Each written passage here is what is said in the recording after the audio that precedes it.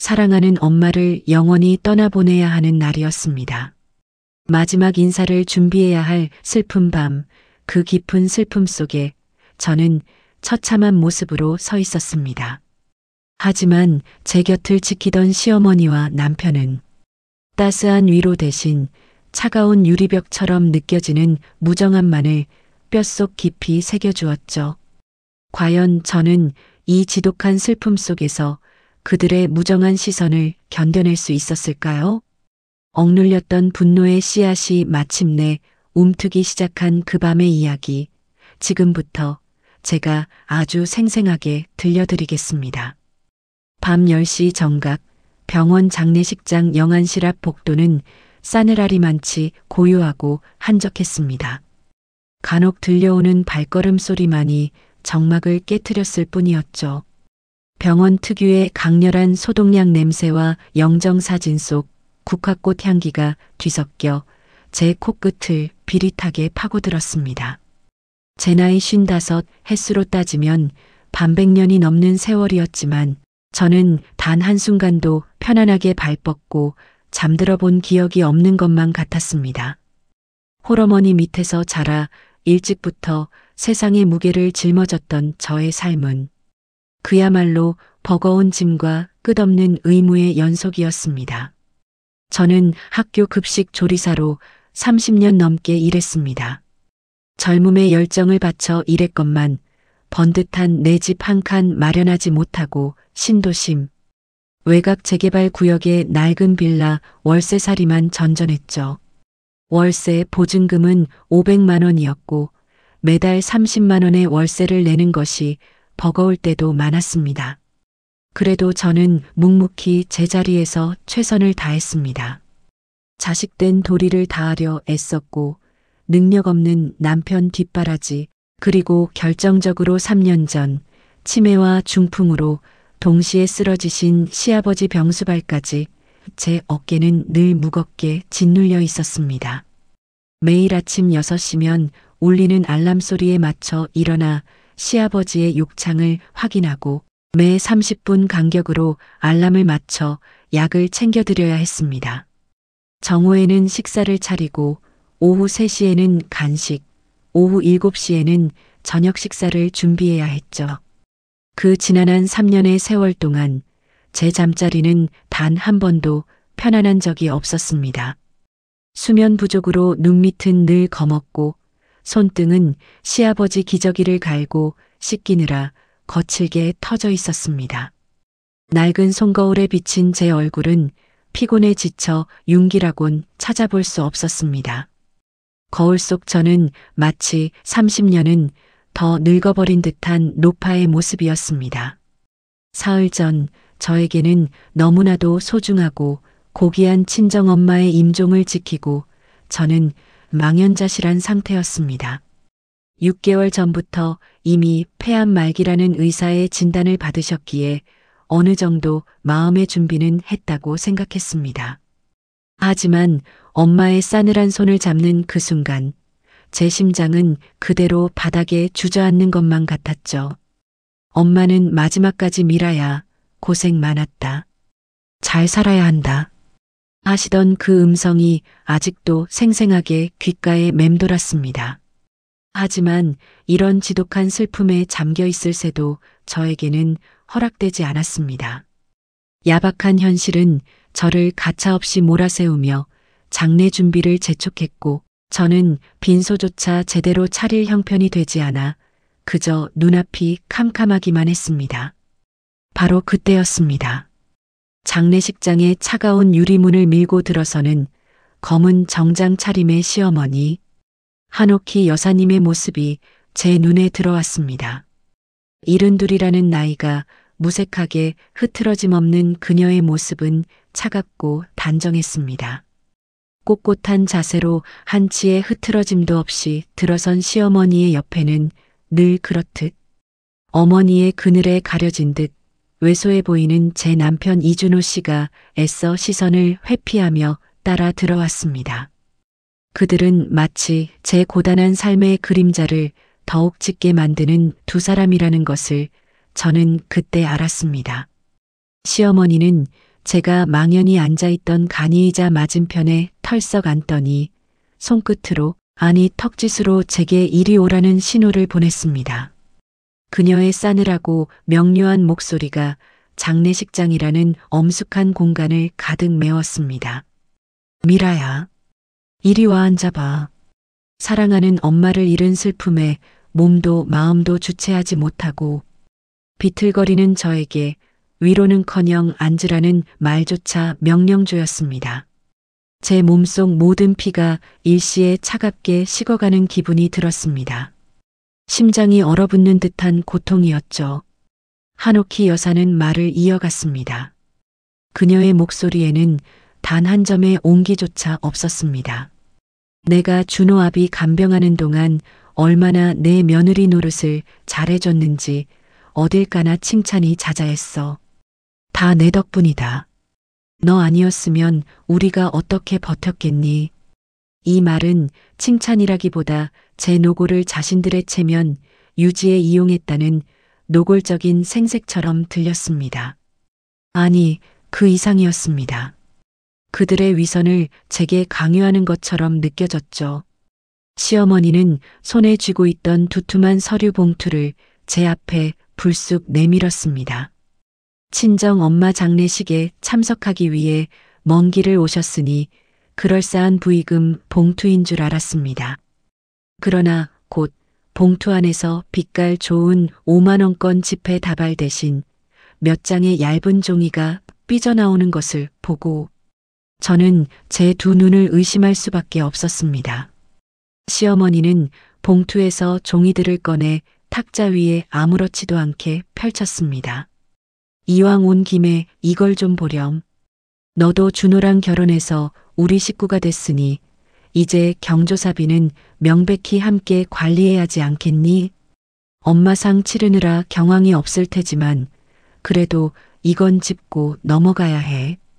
그녀의 말은 한치의 흔들림도 없었습니다. 그건 엄마의 장례에 관한 조문객 수와 예상 경조금 액수를 시시콜콜하고 심지어 재수없게도 적나라하게 적어놓은 경조금 계산 목록이었습니다. 이미 붉은 펜으로 몇 군데를 동그라미 쳐가며 셈까지 끝낸 상태였죠. 제 가슴이 쿵하고 격렬하게 내려앉는 것만 같았습니다. 정신을 차릴 수 없을 정도로 아득했습니다. 엄마 일이라고 너무 흥청망청 쓰는 건 곤란하지 않겠니? 요즘은 다들 간소하게 해. 고인 가는 길은 검소하게 보내드려야 복을 받는다고. 화려한 꽃장식 같은 건 다 허례허식이야. 좋아 한두 개면 충분하지. 뭐 그리 성대한 잔치를 벌이겠다고, 응? 그리고 육개장도 좋지만 요즘 마트에도 밀키트가 워낙 잘 나오잖니? 너무 비싼 음식은 손님들도 부담스러워할라. 며느리 체면은 내가 살려줄 테니 걱정 말고. 저를 위로하는 따뜻한 단 한마디조차 없이 시어머니의 입에서는 오직 돈과 체면 그리고 간소화라는 단어들만 메마르게 쏟아져 나왔습니다. 친정 엄마의 장례를 마치 시장 좌판. 흥정하듯 말하는 시어머니의 목소리는 제 귀에 날카로운 칼날처럼 혹은 얼음처럼 박혔습니다. 그 순간 제 눈앞에 비친 것은 사랑하는 엄마를 위한 국화꽃 대신 선홍빛 핏물처럼 잔인하게 번지는 돈의 숫자뿐이었습니다. 저에게는 세상 전부를 잃은 듯한 극심한 슬픔의 순간이었지만 시어머니에게는 그저 불필요한 지출을 줄일 수 있는 비용 절감 이벤트에 불과했던 것 같았죠. 그때였습니다. 그 잔인한 대화의 틈바구니에서 남편 이준호 씨가 겨우 작은 목소리를 내며 시어머니의 편을 들었습니다.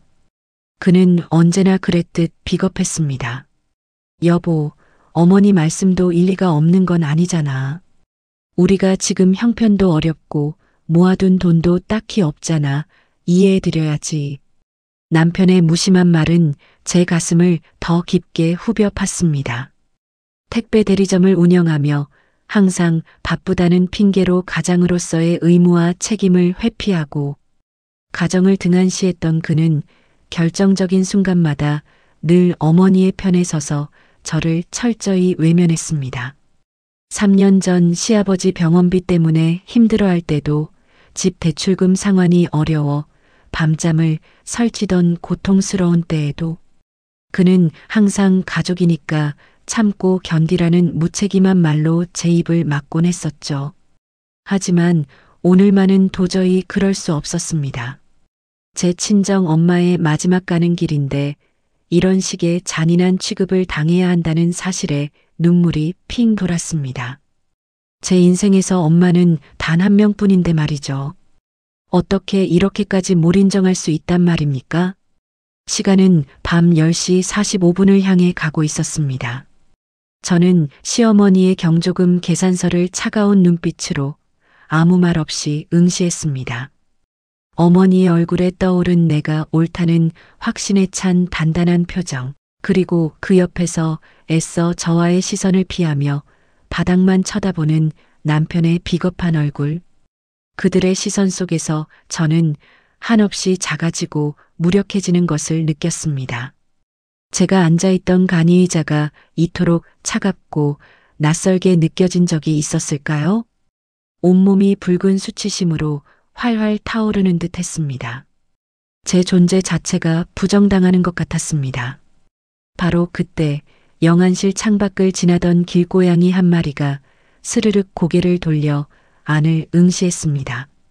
마치 냉랭한 공기가 가득한 이곳의 비정한 현실을 비웃기라도 하듯 혹은 한없이 불쌍한 눈으로 저를 가만히 바라보는 듯 했습니다. 그 고양이의 푸른 눈에는 장례식의 슬픔보다 훨씬 더 깊은 인간의 비열함과 탐욕이 적나라하게 비춰지는 듯 했죠. 시어머니의 낡은 경조금 계산서 한 귀퉁이가 장례식장의 미세한 공기 흐름에 바람인 양 살짝 들썩였습니다. 그 종이의 얇은 질감 속에서 재산과 관계에 대한 지독한 집착이 느껴지는 듯 했습니다. 종이 한 장이 과연 인간의 도리와 양심을 어디까지 파고들 수 있는지를 여과 없이 보여주는 듯 했죠. 그 순간 제 마음속 가장 깊은 곳에서 차가운 분노의 씨앗이 마침내 꿈틀거리며 움트기 시작했습니다. 더 이상은 이렇게 당하고만 살 수 없다는 강하고 격렬한 다짐이 제 심장을 강타했습니다. 가족이니까 참아라는 말은 더 이상 저에게 통하지 않을 것이라는 날카로운 직감이 온몸을 섬뜩하게 휘감았습니다. 저는 더 이상 그들의 말을 듣고 싶지 않아, 더 이상 그들의 얼굴을 마주하고 싶지 않아 자리에서 비틀거리며 일어섰습니다. 그리고 그 지옥 같은 공간을 벗어나 화장실로 향했습니다. 차가운 수돗물을 얼굴에 서너 번 거칠게 끼얹고 거울을 바라보니 눈가는 빨갛게 충혈되었지만 흔들리던 동공은 이상하게도 또렷해져 있었습니다. 문득 지난 3년간의 지긋지긋했던 간병 생활 동안 제가 얼마나 많은 것을 기록해 두었는지 머릿속에 섬광처럼 스쳐 지나갔습니다. 매일 밤낮으로 쓴 간병일지, 시아버지의 약봉투 하나하나, 밤새 울리던 매 30분 간격의 알람. 루틴이 모든 것이 저의 고통스러운 시간을 증명하는 강력한 무기가 될 수 있을 거라는 섬뜩하고도 동시에 희망적인 예감이 들었죠. 그때는 제가 과연 어떤 거대한 싸움을 시작하게 될지는 정확히 알지 못했습니다. 하지만 단지 지금 이 잔인한 수치심을 갚아줄 날이 반드시 올 것이라는 확신만이 저의 지쳐버린 심장을 다시 뛰게 만들었습니다. 이 밤이 지나면 엄마의 마지막 가는 길이 시작됩니다. 하지만 저는 동시에 저의 완전히 새로운 인생의 출발선에 서게 될 것이라는 사실을 직감했습니다. 이 고통 속에서 저는 조금씩 그리고 분명하게 더 강해지고 있었던 것이죠. 사랑하는 엄마의 장례를 앞둔 절체절명의 순간에도 시어머니와 남편의 몰인정한 태도로 인해 저는 깊은 수치심과 함께 감당할 수 없는 분노의 씨앗을 품게 되었습니다. 과연 저는 이 서글픈 감정들을 어떻게 현명하게 승화시키고 새로운 삶의 강력한 동력으로 삼을 수 있을까요? 이제부터는 제가 3년 동안 시아버지를 간병하며 겪었던 눈물겨운 사연들, 그리고 그 간병의 기록 속에 숨겨진 예측하지 못했던 놀라운 진실들이 마침내 공개됩니다. 과연 저는 그 혹독하고 고통스러운 시간을 어떻게 견뎌냈을까요? 여러분이라면 이런 상황에서 어떤 마음가짐으로 장례를 치렀을 것 같으신가요? 어쩌면 이런 시련이 바로 진정한 강인함을 일깨우는 강력한 계기가 될 수도 있지 않을까요? 지난밤 엄마의 마지막 가는 길에서 제가 느꼈던 그 모멸감은 지난 3년간의 간병 세월이 켜켜이 쌓아 올린 감정의 마지막 폭발 같은 것이었습니다. 제 나이 55, 인생의 대부분을 희생하며 살아왔지만 그 3년은 그야말로 저의 모든 것을 태워버린 시간이었습니다. 시아버님은 갑작스러운 뇌경색으로 쓰러지셨고 치매 증상까지 겹치면서 스스로는 아무것도 할 수 없는 상태가 되셨습니다. 저는 병원 문턱조차 제대로 밟아보지 못한 채 온전히 홀로 그 간병의 무게를 짊어져야 했습니다. 저의 하루는 새벽 4시 50분 어두컴컴한 주방에서 시작되었습니다. 시아버님과 남편의 아침 식사를 준비하기 위함이었습니다. 식사를 마친 후 오전 7시부터는 시아버님의 침대 시트를 갈고 기저귀를 확인하고 몸을 닦아드리는 일과가 기다리고 있었습니다. 이미 체중이 100kg이 넘으시는 시아버님을 혼자서 몸을 돌리고 자세를 바꾸어 드리는 일은 저의 여윈 어깨와 허리에 엄청난 부담으로 다가왔습니다. 처음 몇 달은 팔목 인대가 늘어나기도 하고 허리 통증으로 밤새 잠을 설친 날도 부지기수였습니다. 병원에 갈 형편도 못 되어 파스를 붙이고 끙끙 앓는 날이 많았습니다. 점심 식사 시간은 정오였습니다. 죽처럼 부드러운 음식을 드셔야 하는 시아버님을 위해 매번 새로운 반찬을 준비해야 했고 간혹 드시지 않겠다며 고집을 부리실 때는 1시간 이상 실랑이를 벌여야 했습니다. 음식을 강제로 넣어드리다가는 살에 들릴까 두려웠고 그렇다고 배고프게 두는 것도 며느리로서의 도리가 아닌 것 같았습니다. 식사 후에는 약을 챙겨드려야 했는데 시아버님은 약 먹기를 너무나도 싫어하셨습니다. 알약은 목에 걸린다며 뱉어내기 일쑤였고 가루약은 쓴 맛이 난다며 거부하셨습니다. 저는 갖은 방법을 동원했습니다.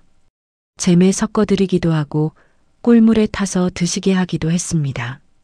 그렇게 약 하나를 먹이기 위해 20분, 30분을 매달리는 일도 다반사였습니다. 그렇게 낮 시간이 저를 통째로 삼켜버렸습니다. 오후 3시에는 간식을, 오후 7시에는 저녁 식사를 차려드렸고 저녁 9시에는 잠자리에 드시게 도와드려야 했습니다. 잠든 시아버님 곁에는 늘 저는 간이 침대를 놓고 대기해야 했습니다. 새벽 1시, 3시, 그리고 다시 5시. 3번에 걸쳐 자동으로 알람이 울리면 저는 잠결에도 반사적으로 시아버지의 방으로 향했습니다. 욕창이 생기지 않도록 체위를 변경해 드려야 했고 그때마다 혹시 모를 상황에 대비해 기저귀를 확인했습니다. 간혹 악취가 진동하는 대소변을 처리하고 나면 다시 잠을 청하기 어려웠습니다. 손에 남은 냄새는 아무리 비누로 닦아도 쉽게 지워지지 않는 것 같았죠. 그 냄새는 마치 제 존재 자체에 들러붙은 것처럼 느껴지기도 했습니다. 저의 몸과 마음은 서서히 그러나 끊임없이 소진되어 갔습니다. 저는 학교 급식 조리사로 매달 200만 원 남짓의 수입을 얻고 있었습니다. 하지만 시아버님의 병원비와 약값 그리고 보조기구 구입 비용으로 매달 50만 원 이상이 지출되었습니다. 병원비를 해결하기 위해 기초생활수급 자격 심사를 받기 위해 서류를 챙겨보기도 했지만 남편의 이름으로 된 약간의 재산과 퇴직금이 있어서 쉽지 않았습니다. 시어머니는 단 한 번도 시아버지 간병을 돕겠다고 나선 적이 없었습니다. 이웃 동네 부녀회장 출신답게 체면을 중시하는 분이셨으니까요. 간혹 한 달에 한두 번 시아버님을 보러 오시긴 했지만 그때마다 시아버님을 보며 한숨만 쉬거나 저에게 며느리로서 잘 부탁한다는 말만 툭 던지고 가시기 일쑤였습니다. 남편 이준호 씨 역시 마찬가지였습니다. 자신의 택배 대리점 운영을 핑계로 매일 저녁 늦게 퇴근했고 주말에도 피곤하다며 방에 틀어박혀 지냈습니다. 엄마가 너무 힘들어 보인다. 당신도 좀 쉬어라는 말 한마디를 해본 적이 없었습니다. 처음에는 제가 마냥 나약한 사람인가 하는 생각에 절망했습니다. 간병 일지를 쓰기 시작한 것도 그때부터였습니다. 처음에는 단지 시아버님의 상태 변화, 투약 시간, 식사량 등을 꼼꼼하게 기록하기 위한 목적이었습니다. 의사 선생님께 보여드려 정확한 진단을 돕기 위함이었죠. 하루도 빠짐없이 빼곡히 채워나간 간병 일지는 이내 저의 유일한 해방구가 되었습니다. 누구에게도 털어놓을 수 없는 답답함과 서러움을 그 일지에 모두 쏟아냈습니다. 새벽 3시 어둠 속에서 홀로 깨어나 시아버지의 기저귀를 갈고 난 뒤 저는 작은 불빛 아래서 간병일지를 썼습니다. 2022년 3월 15일 새벽 3시 20분 소변량이 줄어들고 설사가 계속됨. 어제 먹인 약 때문인 듯한데 준호는 코골며 자고 이대로는 내가 미쳐버릴 것 같다. 매일 밤마다 시아버님의 약봉투를 정리하며 투약 날짜와 용량을 세세하게 기록했고 혹시나 하는 마음에 약국에서 받아온 모든 약봉투와 영수증을 버리지 않고 따로 모아두었습니다. 이 모든 기록이 나중에 저의 고통을 증명하는 소리 없는 증인이 될 것이라는 것을 그때의 저는 상상조차 하지 못했습니다. 저는 매일같이 쇠약해져가는 저의 모습을 보며 문득 꿈을 꾸기도 했습니다. 저는 드넓은 운동장 한가운데 홀로 서 있었습니다. 제 주변으로는 수십 개의 거대한 벽시계들이 째깍째깍 소리를 내며 돌고 있었습니다. 어떤 시계는 시아버님의 약 투약 시간을, 어떤 시계는 식사 시간을, 또 어떤 시계는 제가 자정 넘어 간신히 잠드는 시간을 가리키고 있었습니다. 그 시계들은 끊임없이 저를 향해 재촉하듯 돌아갔고 저는 그 시계들의 압도적인 소리에 짓눌려 숨조차 제대로 쉴 수 없었습니다. 그때 저의 등 뒤에서 희미한 목소리가 들렸습니다. 미라야, 고생 많다 엄마의 목소리였습니다. 뒤를 돌아보니 엄마의 영정사진 속 웃는 얼굴이 저를 응시하고 있었습니다. 그 순간 제 몸을 짓누르던 시계들의 소리가 잠시 멈추고 저는 비로소 깊은 숨을 내쉴 수 있었습니다. 마치 꿈속에서조차 저의 삶이 시간의 굴레에 갇혀 있는 듯한 기분이었습니다.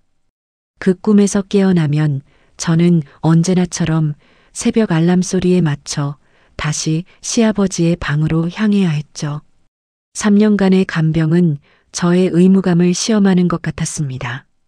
처음에는 그저 며느리로서의 도리라고 생각했습니다. 하지만 시간이 지날수록 그것은 단순한 의무를 넘어섰습니다. 저는 마치 거대한 미션을 수행하는 사람처럼 느껴지기 시작했습니다. 아무도 알아주지 않는 희생 앞에서 저는 저 자신을 지키기 위한 강인함을 키워야 했습니다. 저는 혼자가 아니라는 것을 상기시키며 저에게 맡겨진 일을 묵묵히 해내는 것을 통해 제 존재 가치를 찾으려고 노력했습니다. 제 몸은 만신창이가 되었지만 정신만큼은 점점 더 단단해지고 있었습니다. 저의 간병을 옆에서 지켜보던 사람들의 시선이 떠오릅니다. 시아버님 방 침대 옆 벽에 걸린 낡은 괴종시계는 하루 24시간을 지치지도 않고 똑딱이며 흘려보냈습니다. 그 시계는 무심한 듯 했지만 어쩌면 제가 잠들지 못하고 새벽마다 깨어나 시아버님을 보살피는 모든 순간을 묵묵히 지켜보았을 것입니다. 제 힘겨운 간병의 세월이 그 낡은 시계 속 추의 흔들림처럼 그렇게 의미 없이 흘러간 것은 아닐 거라고 저는 믿고 싶었습니다. 모든 순간들이 기록되어 언젠가 빛을 발할 날이 올 것이라고요. 여러분이라면 이렇게 고독한 간병의 시간을 어떻게 견뎌내셨을 것 같으신가요? 아마도 저와 비슷한 심정이었을 것입니다. 지난 밤의 수치심은 저에게 간병일지와 약봉투 같은 지난 기록들이 단순한 개인적인 회고록이 아니라는 사실을 깨닫게 했습니다. 그것은 저를 위한, 저를 지키기 위한, 그리고 어쩌면 저의 존재를 증명해 줄 가장 확실한 무기가 될 수 있음을 직감하게 했습니다.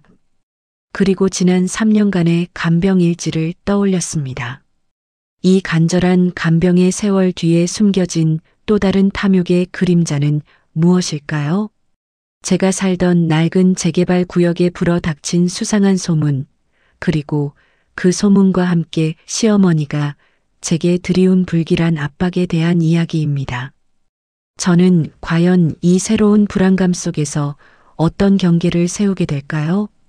친정 엄마의 장례를 마친 후 저는 몸도 마음도 완전히 텅 비어버린 듯한 상태로 일상으로 돌아왔습니다.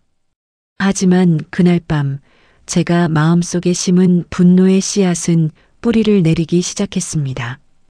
여전히 새벽마다 알람 소리에 맞춰 시아버님을 돌봐야 했고 학교 급식실에서는 끝없이 밀려드는 식판과 씨름해야 했지만 이제는 제 안에 작은 불씨 하나가 타오르는 것을 느꼈습니다. 이대로는 안 된다. 더 이상은 당하고만 살 수 없다. 그 결의는 차가운 얼음 같던 제 심장에 작은 온기를 불어넣는 것 같았습니다. 그러던 어느 날부터인가 제가 사는 신도심 외곽의 낡은 빌라촌에는 수상한 소문들이 돌기 시작했습니다. 이웃 아주머니들 사이에서 재개발이라는 단어가 심심찮게 들려오기 시작한 것입니다. 20평 남짓한 낡은 연립 빌라들이 다닥다닥 붙어있는 이곳은 1990년대 초에 지어져 30년이 넘은 노후 주택들이었습니다. 오래전부터 재개발 이야기가 흘러나오긴 했지만 번번이 무산되었기에 저는 크게 신경 쓰지 않았습니다. 저희 집은 남편의 이름으로 된 자가였지만 재개발 조합원이나 분양권 같은 복잡한 문제는 제게는 먼 세상 이야기 같았습니다. 그저 시아버지 간병과 급식 조리사 일로 하루하루를 버티는 것이 제 삶의 전부였으니까요. 제가 신경 써야 할 것은 오로지 시아버님의 기저귀와 약봉투, 그리고 밀린 수도세와 전기세 고지서뿐이었습니다.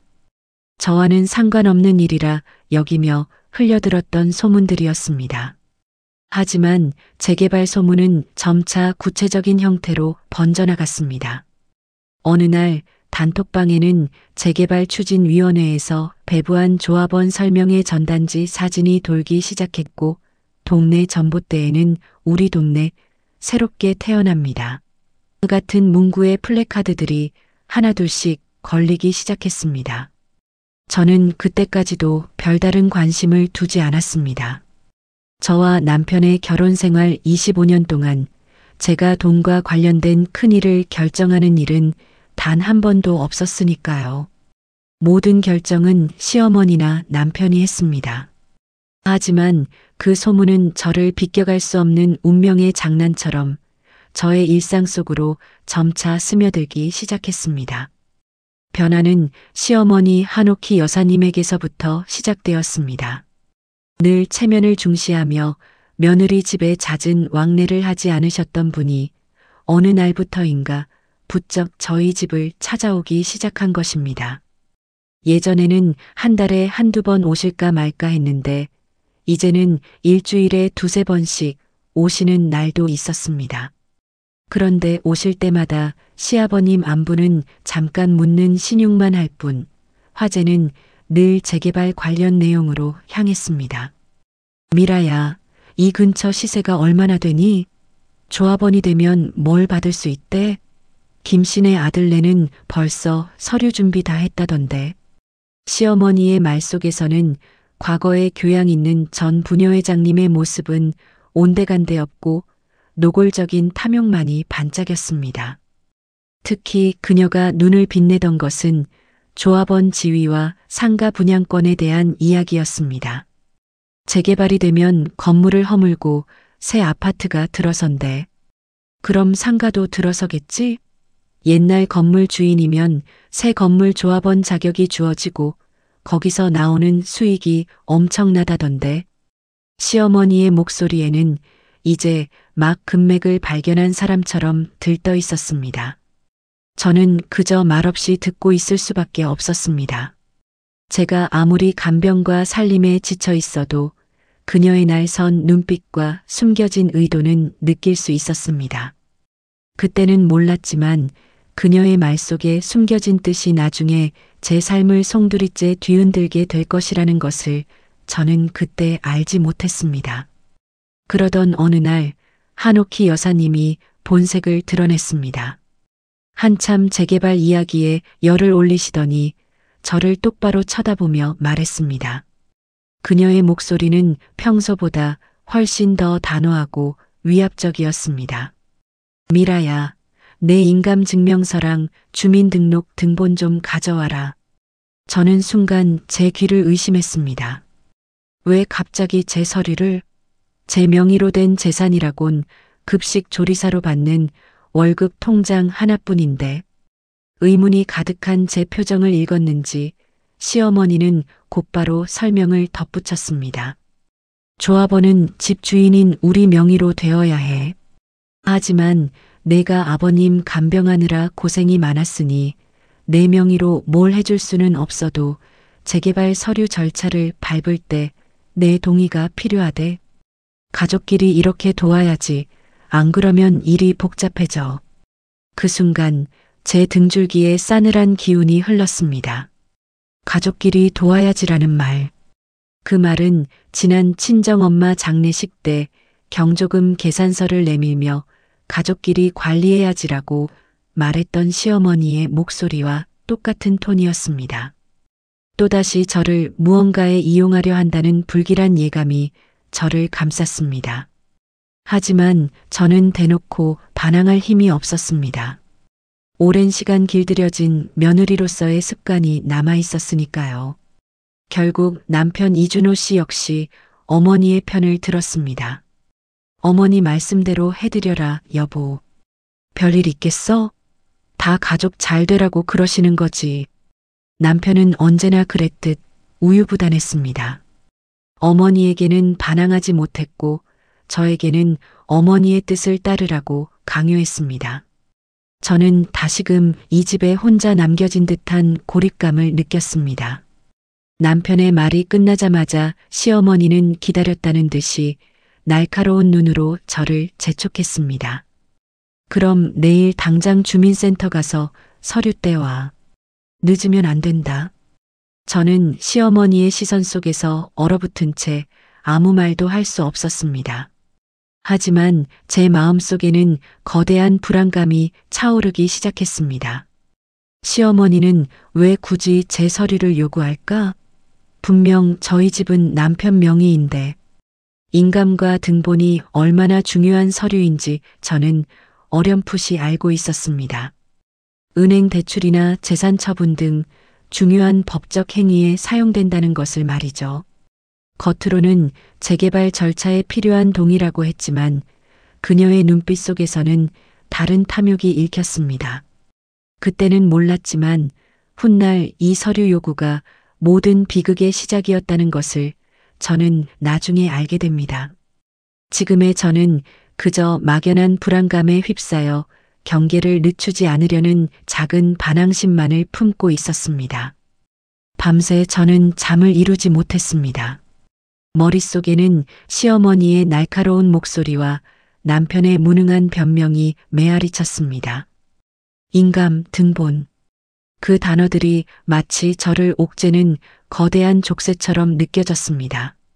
3년 전 시아버지의 병원비를 마련하기 위해 급하게 친정의 전셋돈을 당겨 썼다가 시어머니에게 들켜 온갖 수모를 당했던 기억이 주마등처럼 스쳐 지나갔습니다. 그때의 무기력감이 다시 저를 덮치려 했습니다. 안 돼. 이번만은. 저는 작게 중얼거렸습니다. 냉장고 문에 붙어있던 자석들이 저를 빤히 바라보는 듯 했습니다. 초록색 꽃 모양 자석, 빨간색 하트 모양 자석, 노란색 병아리 모양 자석. 그들은 각자 다른 모양과 색깔을 가졌지만 모두 같은 메시지를 전하는 듯 했습니다. 자리를 지켜라, 놓지 마라. 마치 재개발을 앞둔 집주인들이 각자의 이익을 위해 굳건히 버티는 모습처럼 느껴지기도 했습니다. 조리사로 일하는 학교 급식실에서 수십 년간 사용해온 낡은 국자가 생각났습니다. 처음에는 녹이 슬고 달았었지만 끓어오르는 수많은 음식들을 저어가며 결국은 단단해졌던 그 국자처럼 저 역시 단단해져야 한다고 스스로를 다독였습니다. 이제 막 불붙기 시작한 저의 경계심은 앞으로 다가올 거대한 폭풍을 막아낼 작은 방어막이 되어 주었습니다. 과연 저는 시어머니에게 요구받은 인감과 등본을 순순히 내줄까요? 그 불길한 예감은 어떤 재앙을 불러오게 될까요? 아니면 저의 이 작은 경계심이 큰 사건의 중요한 복선이 될 수 있을까요? 다음 챕터 유언장 개봉공증에서 예측할 수 없었던 충격적인 진실이 공개됩니다. 여러분이라면 과연 어떤 선택을 하셨을까요? 시어머니의 인감과 등본 요구는 제 불안감을 극대화했습니다. 저는 밤잠을 설치며 시어머니의 속셈을 끊임없이 추측했습니다. 남편은 어머니가 뭘 알아서 하시겠지. 괜히 걱정만 늘지 말고 하라는 대로 해라. 라는 말만 반복할 뿐 저의 근본적인 물음에는 전혀 답해주지 않았습니다. 이미 지난 친정엄마 장례식 때와 같이 그의 무관심과 회피는 저에게 또 다른 형태의 폭력이었습니다. 그때는 제가 아무런 반항도 할 수 없는 나약한 존재처럼 느껴졌습니다. 하지만 제 안에는 조용히 타오르는 불씨가 있었습니다. 며칠 후 법무사 사무실에서 시아버지의 유언장이 개봉된다는 통보가 날아왔습니다. 그동안 시아버지는 제가 간병하는 3년 내내 의식이 없는 상태였기에 유언장이 있으리라고는 상상조차 못했습니다. 시어머니는 잔뜩 상기된 얼굴로 준호 아비가 뭘 남겼을까? 재개발 때문에 골치 아팠던 만큼 좋은 일 있겠지. 라며 벌써부터 계산기를 두드리는 눈치였습니다. 저 역시 궁금했지만 한편으로는 불안했습니다. 시아버지의 유산이라 해봐야 이 낡은 빌라와 약간의 예금, 그리고 아마 시어머니와 남편의 몫이 될 거라고 생각했으니까요. 제가 시아버지를 3년이나 간병했지만 유산에 대한 기대 같은 건 아예 해본 적이 없었습니다. 그저 제 의무를 다했을 뿐이라고 스스로를 다독였습니다. 2025년 9월 21일 오후 2시 약속된 시간에 저희 가족은 법무사 사무실에 모였습니다. 검은 양복을 입은 중년의 법무사 박도윤 씨가 단정한 자세로 우리를 맞았습니다.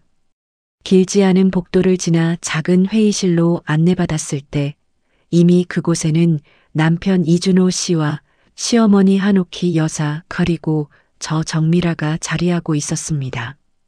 시어머니의 얼굴에는 이미 잔뜩 기대감이 서려 있었고 남편은 늘 그렇듯 어색하게 앉아 있었습니다. 제가 들어서자 시어머니는 못마땅한 표정을 숨기지 않았습니다. 내가 여기 왜 오니? 이런 자리에. 제게는 전혀 참석할 자격이 없다는 듯 말하는 시어머니의 음성은 차갑게 제 가슴을 파고들었습니다. 박도윤 법무사님은 유언장 사본을 세부 나누어 주었습니다. 유언장은 정자체로 또박또박 쓰여 있었고 마지막 장에는 시아버지의 이름과 서명이 분명하게 되어 있었습니다. 고 이만복님께서 남기신 유언장입니다. 법무사님의 나직한 목소리가 적막한 회의실에 울려 퍼졌습니다. 저는 심장이 조여드는 듯한 느낌을 받았습니다. 처음에는 상상했던 대로였습니다. 유언장은 현재 거주하고 있는 재개발 지역의 낡은 빌라와 약간의 예금 2,500만 원을 시어머니 한옥희 여사님에게 상속한다는 내용이었습니다. 시어머니는 흡족한 미소를 지으며 남편을 힐끗 쳐다봤습니다. 남편 역시 안도하는 표정이었습니다. 아마 이쯤에서 유언장 낭독이 끝날 것이라고 모두 생각했을 것입니다. 하지만 법무사님은 이내 안경을 고쳐 쓰고 다음 장으로 넘어갔습니다. 그리고 정미라 씨에게는 법무사님의 말이 이어지자 시어머니의 얼굴에서 미소가 순식간에 사라졌습니다. 미라라니? 이 며느리한테 뭘 준다는 거예요? 시어머니는 노골적으로 불쾌감을 드러냈습니다. 저 역시 놀랐습니다. 제게 무언가가 남겨질 줄은 꿈에도 생각지 못했으니까요. 법무사님은 시어머니의 반응에는 아랑곳하지 않고 담담하게 낭독을 이어나갔습니다. 며느리 정미라 씨는 지난 3년간 저의 병구안을 헌신적으로 하였습니다. 그녀의 노력과 희생이 없었다면 저는 단 하루도 편안하게 숨쉬기 어려웠을 것입니다.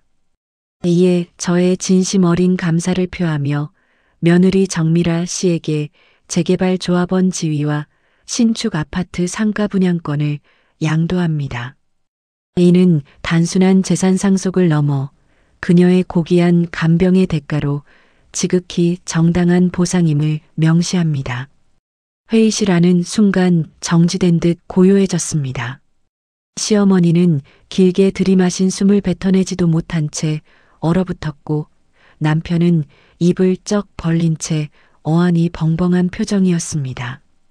저는 마치 거대한 망치로 머리를 한 대 맞은 것처럼 멍했습니다. 뇌가 사고 기능을 멈춘 듯 아무 생각도 할 수 없었습니다. 재개발 조합원 지위, 상가 분양권, 그것이 제게 온다는 말인가요? 문득 3년 전에 어느 날이 떠올랐습니다. 그때는 제가 시아버지를 간병한 지 넉 달째 되던 해였습니다. 2022년 8월 한여름 밤이었죠. 저는 여느 때처럼 새벽 2시 반에 일어나 시아버님의 기저귀를 갈아드리고 있었습니다. 기저귀를 가는 와중에 아버님께서 제 손을 잡으셨습니다. 가늘게 떨리는 손은 뜨거웠고 무언가 말하고 싶어 하셨지만 제대로 된 언어가 나오지 않아 그저 흐습? 하는 소리만 내셨습니다. 저는 혹시 불편하신 건가 싶어 온몸을 살펴보았습니다. 그때 시아버님의 눈에 서린 간절함이 저에게 온몸으로 전해졌습니다. 그 간절한 눈빛을 제가 똑똑히 기억합니다. 그때 제가 손등을 만져드리며 아버님 괜찮으세요? 제가 여기 있어요. 라고 말씀드리자 시아버님은 힘겹게 고개를 끄덕이셨습니다. 마치 고맙다는 뜻인 양. 저는 그저 아버님께서 덜 외로워하시도록 위로해드린 것이었는데 그 작은 위로가 아버님께는 그렇게 큰 의미였을까요? 그때는 몰랐습니다.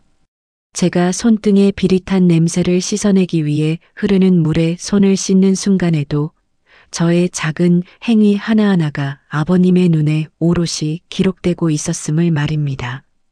법무사님의 낭독은 계속되었습니다. 특히 상가 분양권은 재개발 이후 건설될 15층 아파트의 1층 코너에 위치한 상가로 25평 규모의 상당한 상업적 가치를 가질 것입니다. 법무사님의 말에 시어머니는 말도 안 돼 라고 소리를 질렀습니다.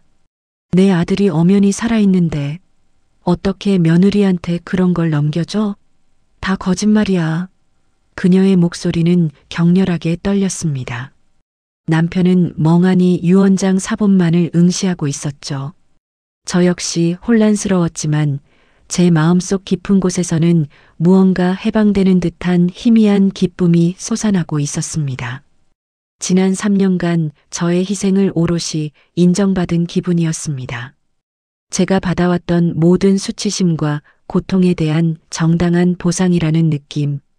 그것은 단순히 돈으로 환산할 수 없는 저의 존재 자체를 인정받는 것이었습니다. 이 상가 분양권은 단순한 재산이 아니었습니다. 그건 시아버지의 마지막 배려이자 저의 고통이 결코 헛되지 않았다는 증명서였던 셈입니다. 이 유언장은 재개발 진행 과정에서 약 10억 원 이상의 가치를 가질 것으로 예상되는 중요한 자산이었습니다. 제 급식 조리사 월급 200만 원으로는 평생 벌어도 모을 수 없는 천문학적인 금액이었죠. 저는 고개를 들어 박도윤 법무사님을 바라보았습니다.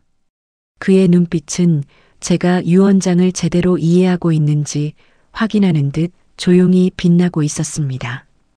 유언장의 내용은 명백했습니다.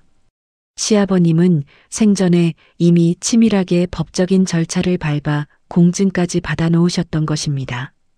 그때는 몰랐지만 아버님은 저에게 이렇게 큰 선물을 남겨주시기 위해 얼마나 많은 고민을 하셨을까요? 제가 드렸던 작은 위로에 대한 크나큰 보답이었습니다. 이 유언장은 단순한 종이 한 장이 아니었습니다.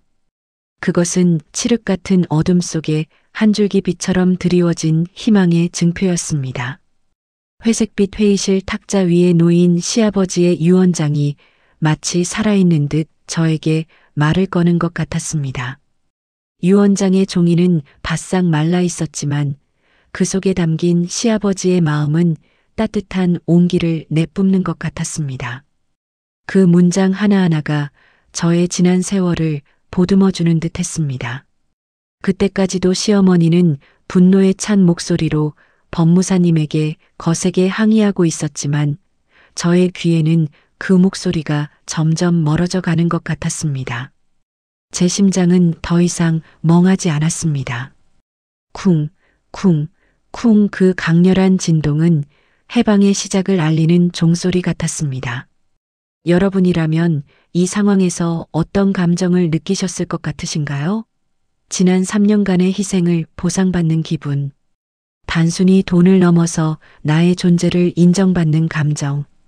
과연 저는 이 유언장을 통해 새로운 삶을 시작할 수 있을까요? 시아버님의 유언이 낭독된 후 법무사 사무실은 순간 얼어붙은 듯 했습니다.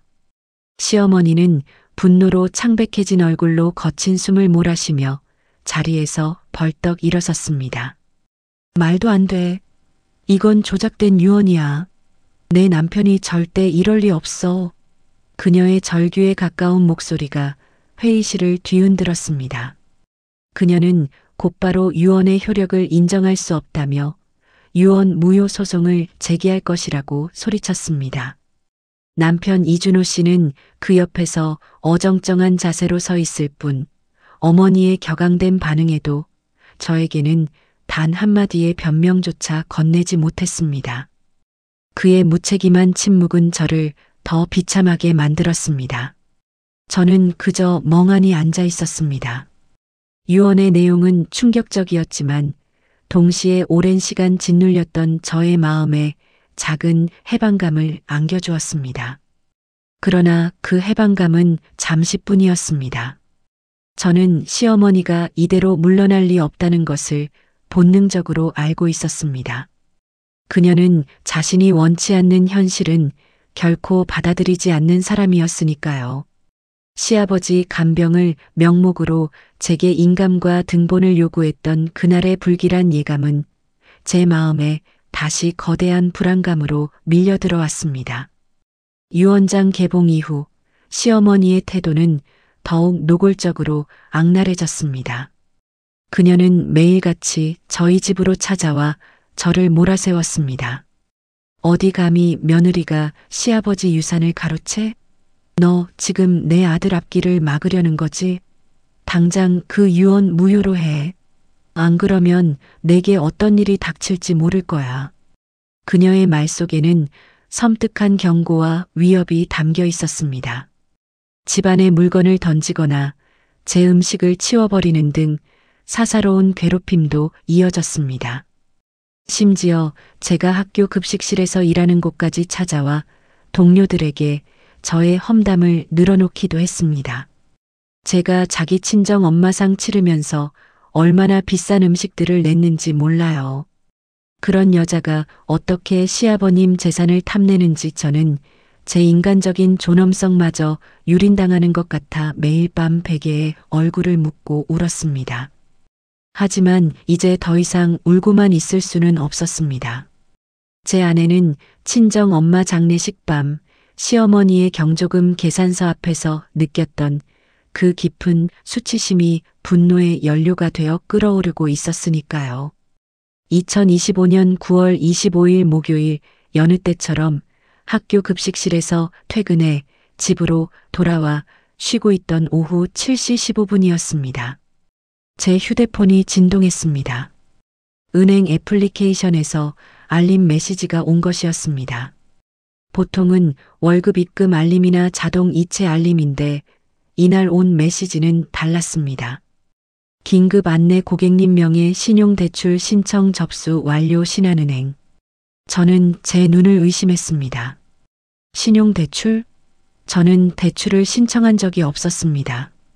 순간 머리가 쭈뼛 서는 것 같은 공포감이 밀려들었습니다. 제 휴대폰은 마치 저에게 경고를 보내는 듯 강하게 진동했습니다. 이 작은 알림 하나가 제 삶의 거대한 판도를 바꿀 역공의 전조가 될 줄은 꿈에도 몰랐습니다. 곧이어 다른 알림이 하나 더 왔습니다. 고객님 명의 신용점수 변동 발생 KCB 신용점수 890점, 720점 하락. 저는 그 자리에서 얼어붙었습니다. 신용점수 하락? 제 삶에서 신용 등급은 급식 조리사 월급을 제외한 유일한 자산이었습니다.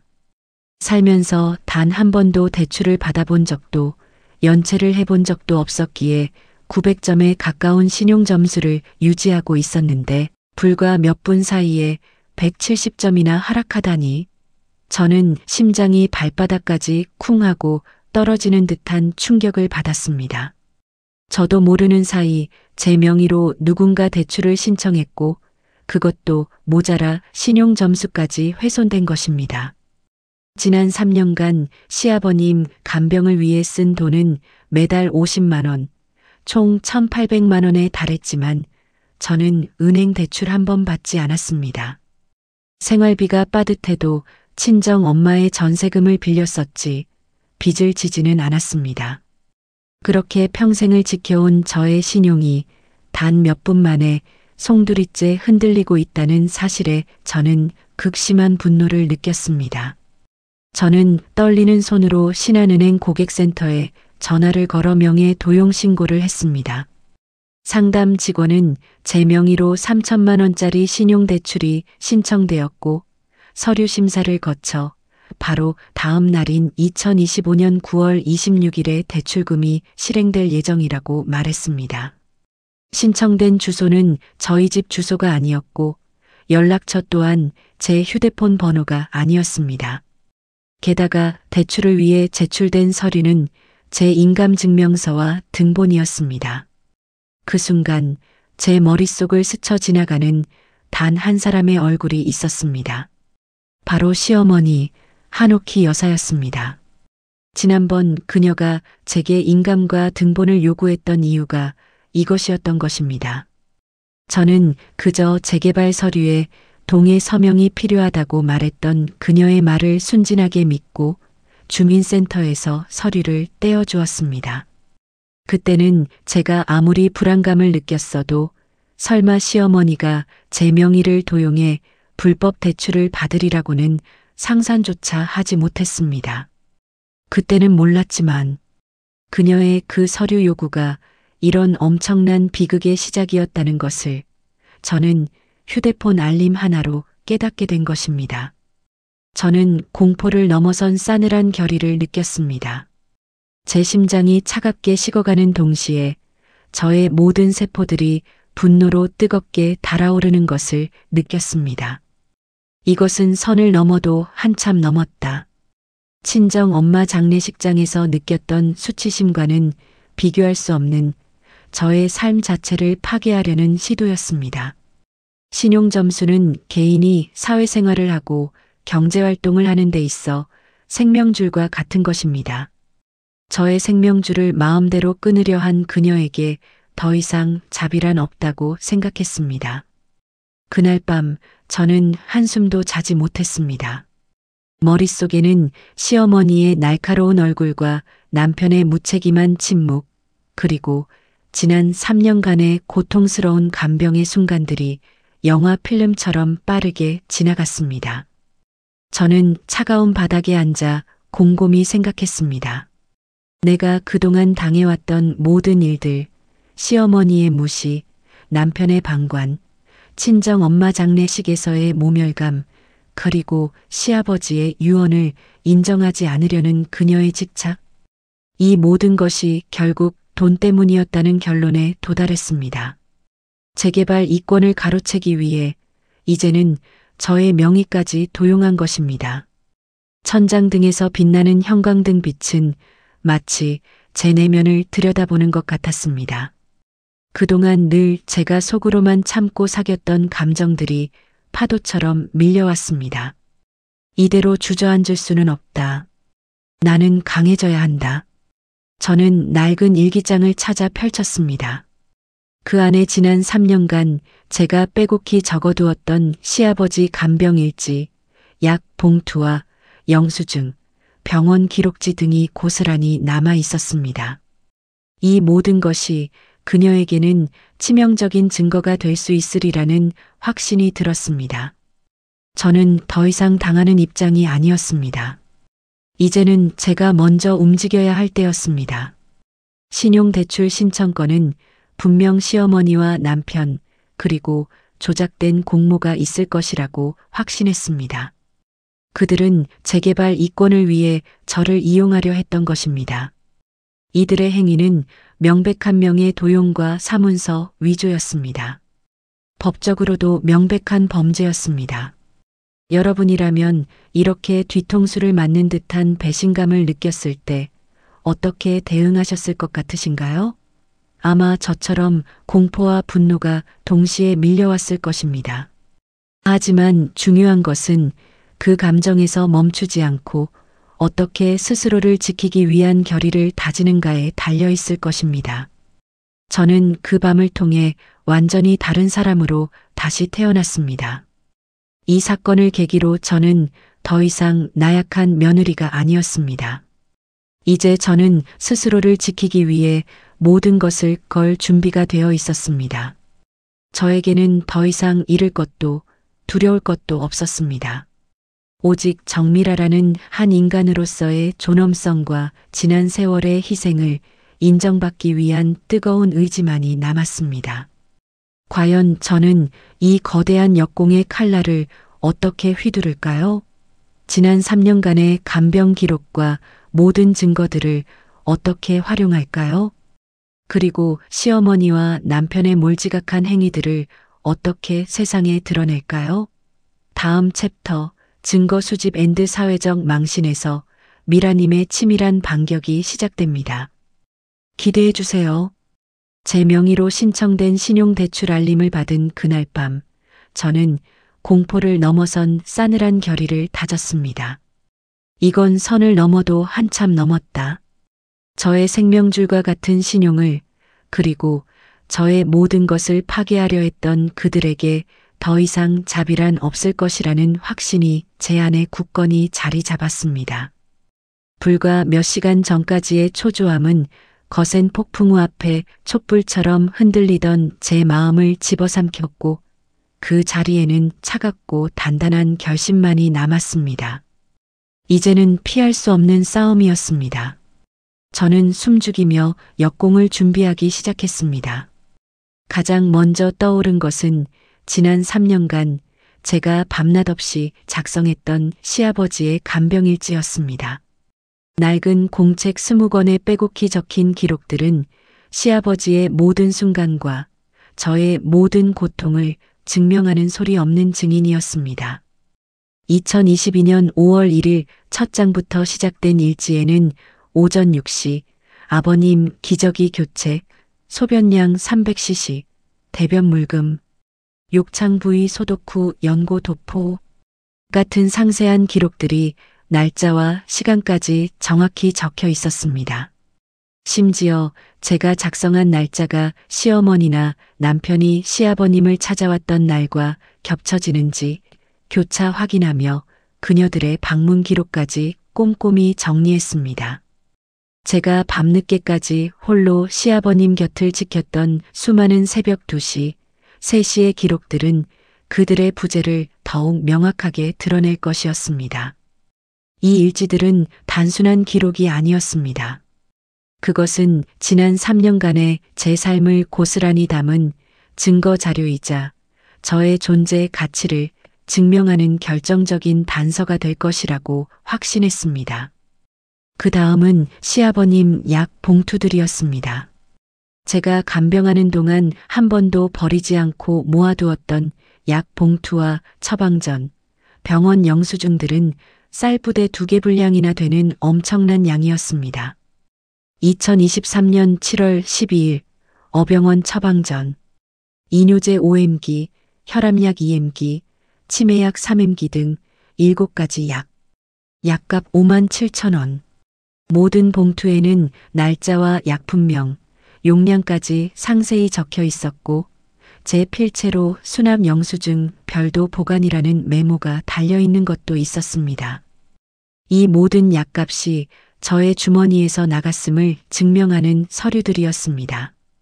혹시 모를 상황에 대비해 보관했던 사소한 영수증 하나하나가 지금에 와서는 강력한 증거로 탈바꿈하고 있었습니다. 그때는 제가 무엇 때문에 이런 집착에 가까운 보관을 하는지 저 자신도 몰랐지만 훗날 이 모든 것이 저를 지키는 방패가 될 줄이야 그때는 꿈에도 상상하지 못했습니다.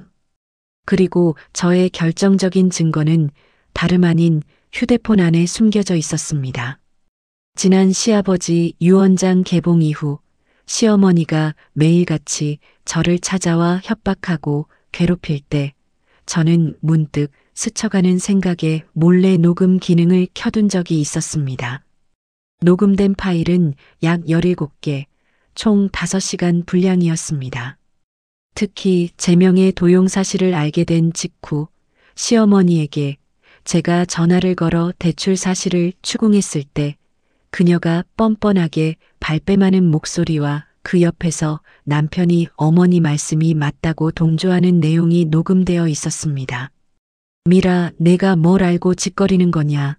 나는 그런 일 모른다. 감히 시어머니에게. 하늘이 무섭지도 않니? 그녀의 흥분한 목소리는 거짓말을 할 때 더 격해진다는 것을 저는 이미 알고 있었습니다.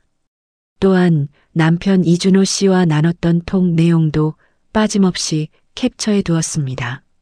그들이 저의 인감과 등본을 어떻게 손에 넣었는지, 그리고 재개발 이권에 대해 어떤 대화를 나누었는지 알 수 있는 실마리들이 그곳에 담겨 있었습니다.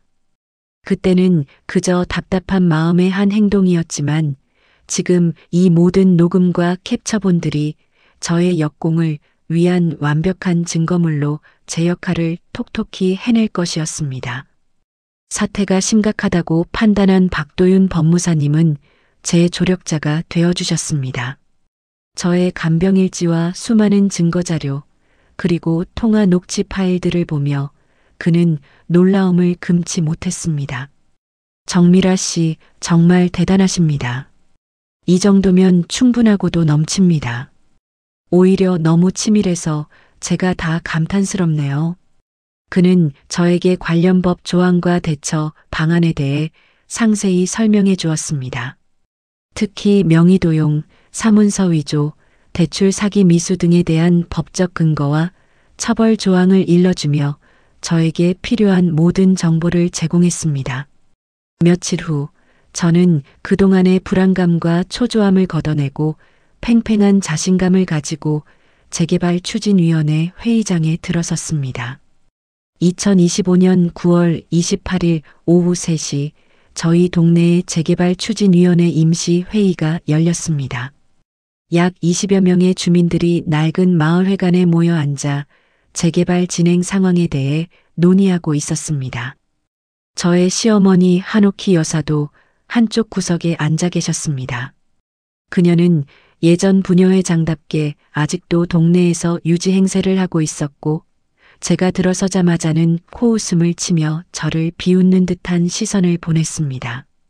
저는 그런 그녀의 시선을 의연하게 받아넘기며 제일 뒷자리에 조용히 앉았습니다. 추진위원장의 지루한 보고가 한참 이어지던 중 돌연 제가 손을 들었습니다. 마을회관에 모인 주민 25명의 시선이 일제히 저에게 꽂혔습니다. 죄송하지만 제가 잠시 발언해도 되겠습니까? 제 목소리는 처음에는 조금 떨렸지만 이내 단단하고 명료하게 울려 퍼졌습니다. 시어머니는 제가 손을 들자마자 눈을 부라리며 저에게 노골적인 불쾌감을 드러냈습니다. 어디서 듣도 보도 못한 계집애가 나서서 참견이냐? 제가 입을 열자마자 그녀의 입에서 나온 말은 저의 억장을 무너뜨리는 듯 했습니다. 하지만 저는 물러서지 않았습니다. 저는 휴대폰에 녹음된 시어머니의 목소리를 회의장 스피커폰으로 연결해 송출했습니다. 휴대폰에서 울려 퍼지는 시어머니의 목소리는 평소보다 몇 배는 더 사악하게 들렸습니다. 미라, 내가 뭘 알고 짓거리는 거냐? 나는 그런 일 모른다. 감히 시어머니에게. 하늘이 무섭지도 않니? 내 인감이랑 등본으로 내가 뭘 했겠어. 다 내 덕 보라고 한 일인데. 그녀의 뻔뻔한 발뺌이 회의장 전체에 울려 퍼지자 주민들은 웅성거리기 시작했습니다. 몇몇 주민들은 의심스러운 눈으로 시어머니를 쳐다봤습니다. 이어진 것은 저의 간결하고 단호한 설명이었습니다. 여러분, 저는 재개발 조합원 지위를 시아버지의 유언으로 상속받은 정미라입니다. 그런데 시어머니 한옥희 씨와 남편 이준호 씨는 제가 가진 조합원 지위를 탈취하려는 목적으로 저의 명의를 도용해 거액의 신용대출을 신청했습니다. 이는 형법 제231조 사문서 위조 및 위조사문서 행사죄에 해당하며 10년 이하의 징역에 처할 수 있는 중대한 범죄입니다. 제 목소리에는 그동안 제가 겪었던 모든 고통과 억울함이 담겨 있었습니다. 주민들은 제 말에 숨을 죽였습니다. 몇몇은 수첩에 무엇인가를 적기도 했고 몇몇은 휴대폰으로 저와 시어머니를 번갈아 촬영하기 시작했습니다. 시어머니는 제 발언이 끝난 후 분노로 벌벌 떨면서 내까짓 게 뭘 안다고. 당장 나가. 라고 고래고래 소리를 질렀습니다. 하지만 이제 그녀의 고함은 더 이상 제게 아무런 영향을 미치지 못했습니다. 저의 자신감은 하늘을 찌를 듯 했습니다. 제 옆에는 박도윤 법무사님이 저를 지지하는 듯한 온화한 미소를 보내고 있었습니다. 그는 저에게 몰래 쪽지를 건네주었습니다. 마지막 한 방. 쪽지를 확인한 저는 다시 마이크를 잡았습니다. 그리고 또 한 가지 말씀드릴 것이 있습니다. 저의 시아버지께서는 지난 3년간 투병하시면서 밤낮 없이 간병을 해온 저에게 모든 재개발 권리를 물려주셨습니다. 그 기록들이 여기에 있습니다. 저는 제가 가져온 간병일지 뭉치와 약봉투 더미를 테이블 위에 올려놓았습니다.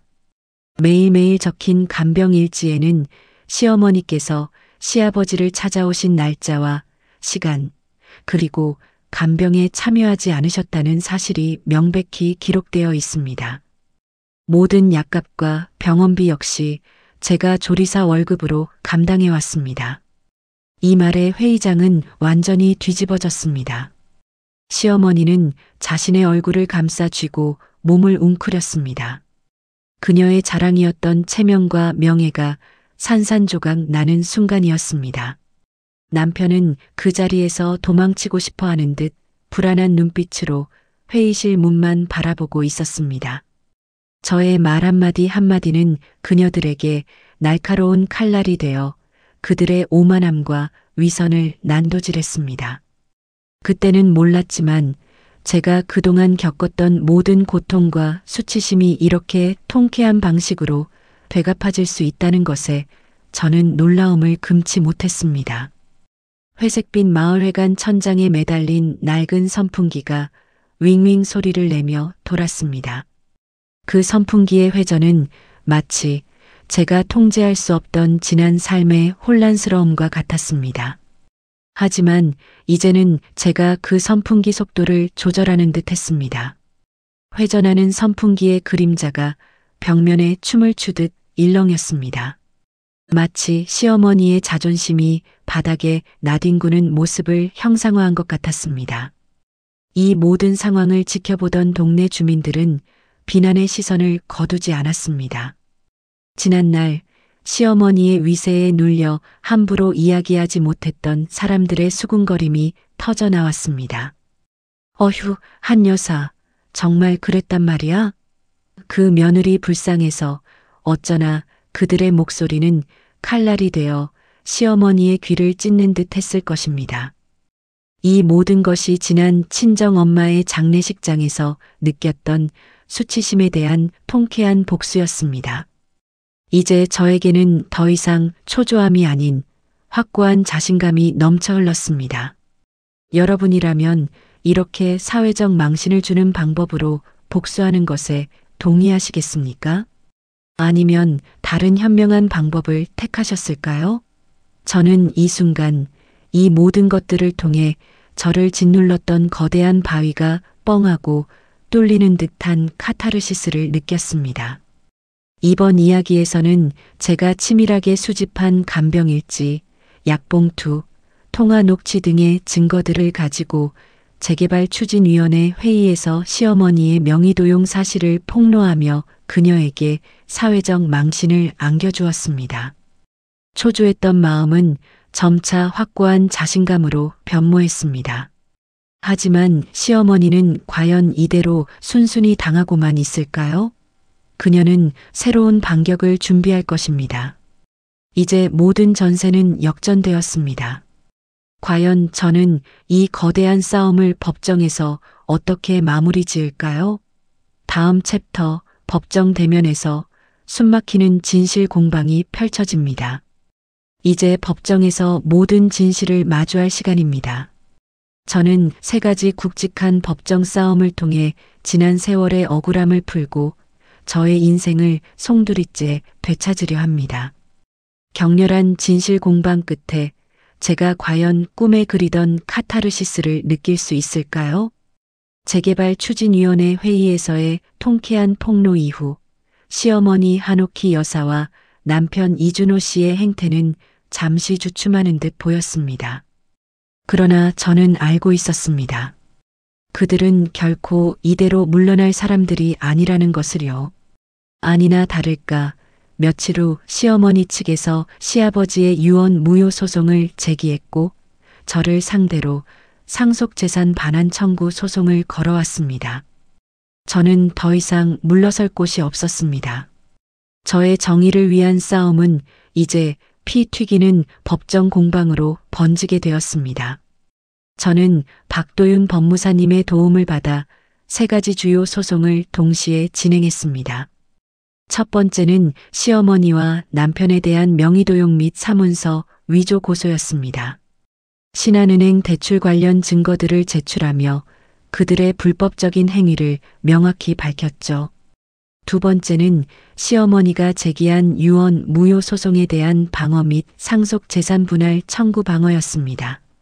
시아버지의 유언은 법적 절차를 거쳐 공증된 것이었기에 저는 굳건히 저의 권리를 주장했습니다. 마지막 3번째는 남편 이준호 씨를 상대로 한 이혼 및 위자료 청구 소송이었습니다.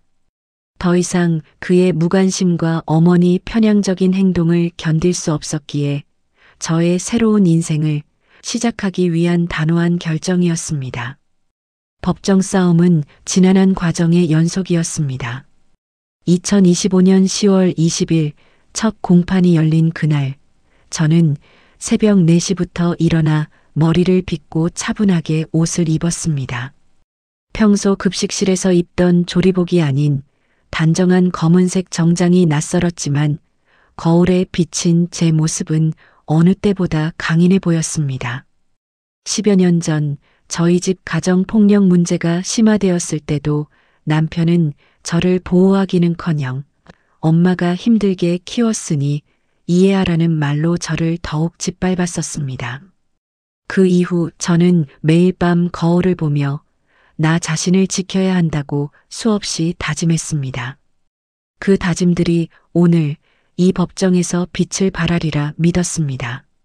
첫 번째 공판에서는 명의도용 및 사문서 위조에 대한 심리가 집중적으로 이루어졌습니다. 검사가 공소사실을 낭독했고 박도윤 법무사님은 제가 수집한 간병일지, 약봉투, 통화 녹취록을 증거로 제출했습니다. 법정에는 시어머니가 제게 인감과 등본을 요구했던 녹취 파일, 그리고 제 명의로 불법 대출을 시도하며 뻔뻔하게 발뺌하는 그녀의 음성이 울려 퍼졌습니다. 미라, 내가 뭘 알고 짓거리는 거냐? 나는 그런 일 모른다. 하늘이 무섭지도 않니? 시어머니의 목소리가 법정에 퍼질 때마다 방청객석에서는 낮은 탄식과 수군거림이 터져 나왔습니다. 시어머니는 검사 신문 내내 목소리를 높여 자신의 무고함을 주장했지만 제가 제시하는 증거들 앞에서는 결국 말을 잇지 못했습니다. 그녀의 눈빛은 증오로 이글거렸습니다. 이준호 씨도 증인으로 출석했습니다. 저는 그가 어머니의 편에서 거짓 증언을 할 것이라고 예상했지만 박 법무사님은 이준호 씨가 신용대출 서류에 공동명의인으로 서명했다는 점을 파고들어 그의 공모 혐의를 밝혀냈습니다. 이준호 씨, 피고인 한옥희 씨가 제출한 대출 서류에 피고인 이준호 씨의 서명이 명백히 존재합니다. 본인이 직접 서명하신 것이 맞습니까?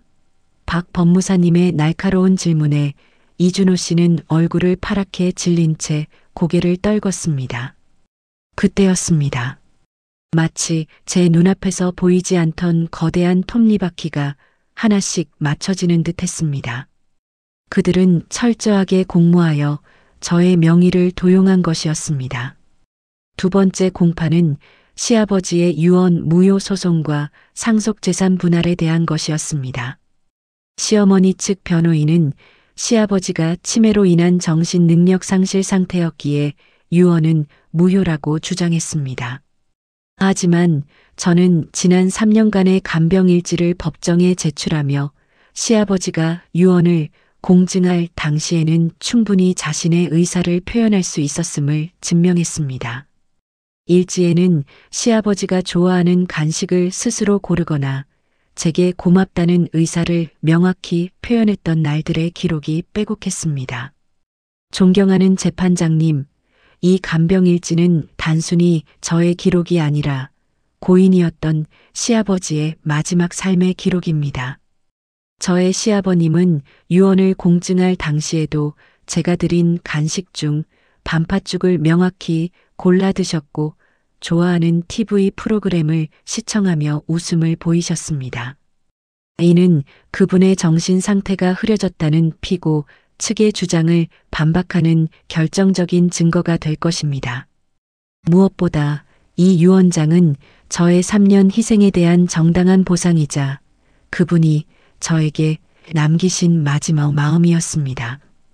제 목소리는 확신에 차 있었고 재판장과 방청객들의 시선이 저에게 집중되었습니다. 법정에 울려 퍼지는 제 목소리는 그동안 제가 쌓아왔던 분노와 고통, 그리고 억울함이 담겨 있었습니다.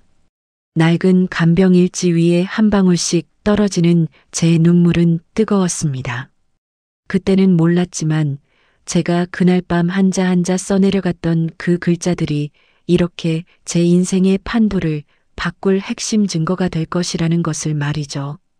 가장 감정적인 싸움은 이혼 및 위자료 청구 소송이었습니다. 남편 이준호 씨는 처음에는 이혼을 완강히 거부했습니다. 가족을 지키고 싶다. 내가 노력하겠다. 라는 뻔한 말로 선처를 호소했습니다. 하지만 그의 변호사는 저에게 가정 불화의 원인은 며느리에게도 있다는 식의 말로 저를 공격했습니다. 저는 그들의 주장에 침착하게 대응했습니다. 이준호 씨가 시아버님 간병을 외면하고 제가 경제적 어려움을 겪을 때 무책임하게 방관했던 증거들을 제시했습니다. 특히 친정엄마의 장례식장에서 그의 방관적인 태도와 시어머니의 명의도용 사실을 알면서도 묵인했던 그의 비겁함을 증명했습니다. 녹취록에서는 시어머니와 남편이 대화하며 그 여자가 눈치채기 전에 서류를 넘겨야 한다. 나중에 문제되면 어쩔 수 없지 같은 말을 나눴던 대목이 그대로 공개되었습니다. 법정의 냉정한 공기 속에서도 저는 제가 해야 할 말을 모두 했습니다. 저에게 가족이라는 이름으로 희생을 강요하고 저의 존엄성을 짓밟았던 지난 25년간의 세월에 대한 보상을 받고 싶습니다.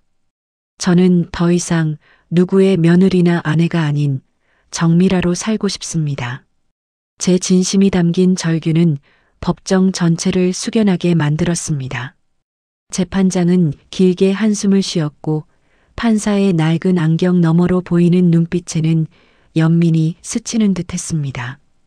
길고 긴 몇 번의 공판을 거쳐 마침내 선고일이 다가왔습니다. 2026년 2월 14일 밸런타인데이였지만 저에게는 어떤 초콜릿보다 달콤한 선고가 기다리고 있었습니다. 재판장의 엄숙한 목소리가 법정에 울려 퍼졌습니다. 피고인 한옥희와 이준호는 원고 정미라 명예도용 및 사문서 위조 혐의가 인정되어 유죄를 선고한다. 한옥희는 징역 1년 6개월, 이준호는 징역 6개월의 집행유예 2년을 선고한다. 또한 피고인 한옥희 측이 제기한 유언 무효 소송은 기각한다. 고 이만복 씨의 유언은 법적 효력이 유효함을 인정한다. 마지막으로 원고 정미라가 청구한 이혼 및 위자료 소송을 인용하여 피고인 이준호는 원고 정미라에게 위자료 1억 원을 지급할 것을 명한다. 판사의 목소리가 끝나는 순간 제 눈에서는 뜨거운 눈물이 본물처럼 터져 나왔습니다. 지난 세월의 모든 억울함과 고통이 한순간에 씻겨 내려가는 듯한 카타르시스였습니다. 시어머니는 선고가 끝나자마자 실성한 사람처럼 울부짖었고 남편 이준호 씨는 넋 나간 얼굴로 멍하니 앉아 있었습니다. 그때는 몰랐지만 저의 승리는 단지 법정에서의 승리가 아니었습니다. 그것은 저를 짓눌렀던 모든 것으로부터의 완벽한 해방이었습니다. 법정 바닥에 고여있는 작은 물웅덩이가 저를 비췄습니다. 법정의 차갑고 단단한 공간 속에서 이 작은 물웅덩이는 저의 눈물이었을까? 아니면 승리의 환희였을까? 그 순간 제가 그동안 얼마나 이 순간을 기다려왔는지, 얼마나 고통스러운 세월을 버텨왔는지를 다시 한번 깨달았습니다. 저는 더 이상 과거의 나약한 며느리가 아니었습니다. 여러분이라면 이토록 오랫동안 고통받았던 순간을 보상받는 정의의 순간, 어떤 감정을 느끼셨을 것 같으신가요? 지난 세월의 응어리가 일순간에 녹아내리는 경험. 그것은 단순한 법정 승리를 넘어선 삶의 재정이었습니다. 이제 저는 모든 굴레에서 벗어나 진정한 나를 찾아 새로운 삶을 시작할 준비가 되었습니다. 과연 저의 새로운 일상은 어떤 모습으로 펼쳐질까요? 그리고 저에게 남겨진 상가 분양권은 저의 꿈을 이루어 줄 수 있을까요? 법정에서의 승리 후 저는 마침내 모든 굴레에서 벗어난 듯한 자유를 느꼈습니다. 2026년 봄 계절의 변화와 함께 제 삶에도 새로운 바람이 불어왔습니다. 시어머니는 징역 1년 6개월을 선고받고 구치소에 수감되었고 남편 이준호 씨는 징역 6개월에 집행유예 2년을 선고받아 저에게 위자료 1억 원을 지급한 후 조용히 이혼 절차를 마무리했습니다. 그는 결국 자신의 무책임한 행동에 대한 책임을 지게 된 것입니다. 박도윤 법무사님은 이 모든 과정을 세심하게 처리해 주었고 제게는 든든한 조력자를 넘어 진정한 인생의 스승 같은 존재가 되었습니다. 저희 동네 재개발 사업은 일사천리로 진행되었습니다. 낡은 빌라촌은 허물어지고 그 자리에 초고층 아파트 단지와 상업시설들이 빠르게 들어섰습니다. 지난 2025년 가을 유언장을 통해 제게 상속되었던 시아버지의 유산, 바로 신축 아파트 1층 코너 상가 분양권이 마침내 눈앞에 현실로 다가온 것입니다. 상가는 대로변과 바로 인접한 25평 규모의 좋은 자리였습니다. 저는 그 공간을 보며 오랫동안 꿈꿔왔던 반찬 가게를 확장하리라 결심했습니다. 제 나이 55 급식 조리사로 30년을 일했던 경험과 정성을 쏟았던 시아버지 간병 중의 식단 개발 경험이 이곳에서 빛을 발할 것이라는 확신이 들었습니다. 2027년 5월 8일 제 생일에 맞춰 미란의 반찬 가게가 드디어 문을 열었습니다. 간판은 제 이름인 정미라에서 따온 순우리말로 따뜻하고 정감 있는 글씨체로 새겼습니다. 그날 아침 가게 문을 여는 순간 제 눈에서는 뜨거운 눈물이 왈칵 쏟아져 내렸습니다. 이제 더 이상 새벽 6시부터 급식실에서 일하지 않아도 되고 누구의 눈치도 보지 않고 제가 원하는 방식으로 살 수 있다는 사실이 저를 벅차게 만들었습니다. 첫 달 매출은 예상보다 훨씬 저조했습니다. 300만 원 남짓에 불과했죠. 저는 실망하지 않았습니다. 저는 정성과 맛으로 승부하기로 했습니다. 가게의 가장 큰 특징은 매일 아침 제가 직접 농수산물 시장에 가서 신선한 제철 식재료를 공수해 온다는 점이었습니다. 그리고 매일 다른 100가지 반찬이라는 슬로건을 내걸고 전통적인 한식 반찬뿐만 아니라 젊은 세대도 좋아할 만한 퓨전 반찬과 건강식을 다양하게 선보였습니다. 제가 시아버님 간병 시 개발했던 저염식 반찬 레시피는 특히 중장년층 손님들에게 큰 인기를 끌었습니다. 집밥보다 더 집밥 같은 미란의 반찬이라는 입소문이 퍼지면서 가게는 점차 문전성시를 이루기 시작했습니다. 3달 만에 월 매출은 1천만 원을 돌파했고 6달 후에는 2천만 원을 넘어서는 기염을 토했습니다. 처음에는 저 혼자 모든 일을 도맡았지만 석 달 만에 종업원 2명을 고용했고 가게는 활기가 넘쳤습니다. 제 목표였던 부업으로 월 1천만 원 벌기는 이렇게 가게를 통해 당당히 달성되었고 이제는 어엿한 중소기업 사장님처럼 제가 원하는 방식으로 매달 순수익 1천만 원을 벌고 있었습니다. 상가 분양권을 통해 얻은 경제적 보상은 저의 지난 세월을 보상받는 듯 했습니다. 저는 재개발된 새 아파트 15층에 20평 규모의 아파트를 구입했습니다. 한강이 내려다 보이는 창밖 풍경은 매일 아침 저에게 새로운 활력을 주었습니다. 밤에는 불이 켜진 도심의 야경을 바라보며 평화롭게 차를 마시곤 했습니다. 지난 월세 빌라에서 느껴지던 낡은 천장의 압박감은 더 이상 없었습니다. 이 모든 것은 시아버지의 마지막 배려이자 저의 헌신적인 노력이 만들어낸 결과였습니다. 제 삶은 이제 안정기로 접어들었습니다.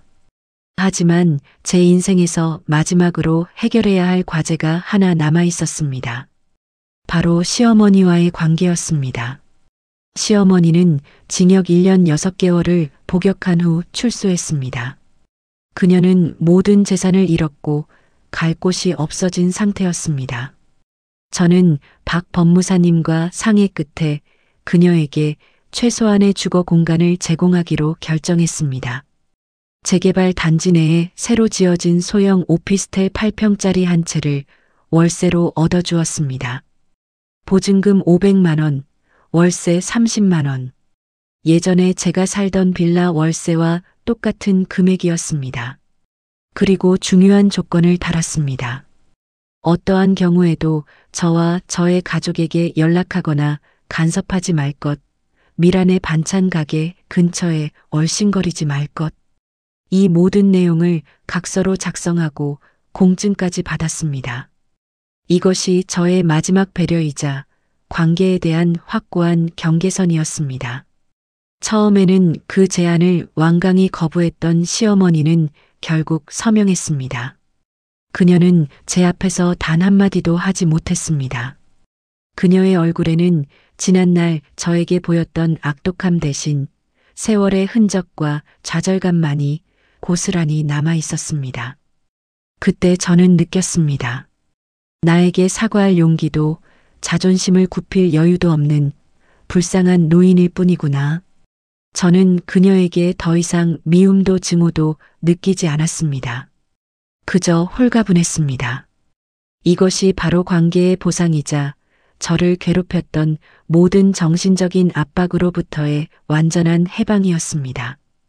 그녀의 오피스텔 창밖으로 미란의 반찬 가게에 환한 간판이 희미하게 보일 것이라는 아이러니한 상황도 더는 저를 불편하게 하지 않았습니다. 저는 제 마음속에 있는 시어머니와의 묵은 감정들을 깨끗하게 청소해냈습니다. 새로 지어진 아파트 거실 창가에 놓인 작은 화분에는 제가 직접 심은 제라늄 꽃이 피어 있었습니다.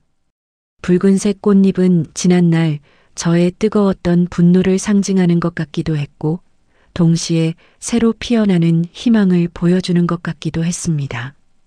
흙 속에 묻혀 눈에 보이지 않던 씨앗이 마침내 아름다운 꽃을 피워낸 것처럼 저의 삶도 그렇게 결실을 맺은 것입니다.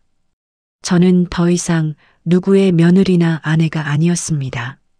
미란의 반찬의 사장 정미라, 그 이상의 의미를 가진 당당하고 주체적인 한 인간으로 다시 태어난 것입니다. 지난 세월의 소진은 마침내 의미 회복이라는 달콤한 결실을 맺었습니다. 저는 매일 아침 가게 문을 열며 생각합니다. 밤 3시, 약 타이머가 울리면 나는 손등 냄새까지 씻어냈다. 그게 내 하루의 시작이었다. 과거의 기억이 떠오르지만 이제는 더 이상 저를 아프게 하지 않습니다. 오히려 저를 이 자리에 있게 해준 소중한 경험들이 되었습니다.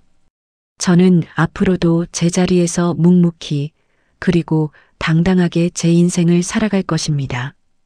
이 모든 것이 마치 길고 긴 드라마의 한 편 같았습니다. 때로는 울고 때로는 웃었지만 결국 해피엔딩으로 막을 내린 드라마 말입니다. 여러분이라면 이 모든 과정을 거쳐 새로운 삶을 시작할 때 가장 먼저 무엇을 하고 싶으셨을 것 같으신가요?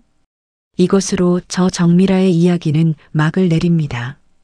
지난날의 고통 속에서 희망을 잃지 않고 스스로의 힘으로 인생의 반전을 만들어낸 저의 이야기가 많은 분들에게 작은 용기와 위로가 되었으면 좋겠습니다.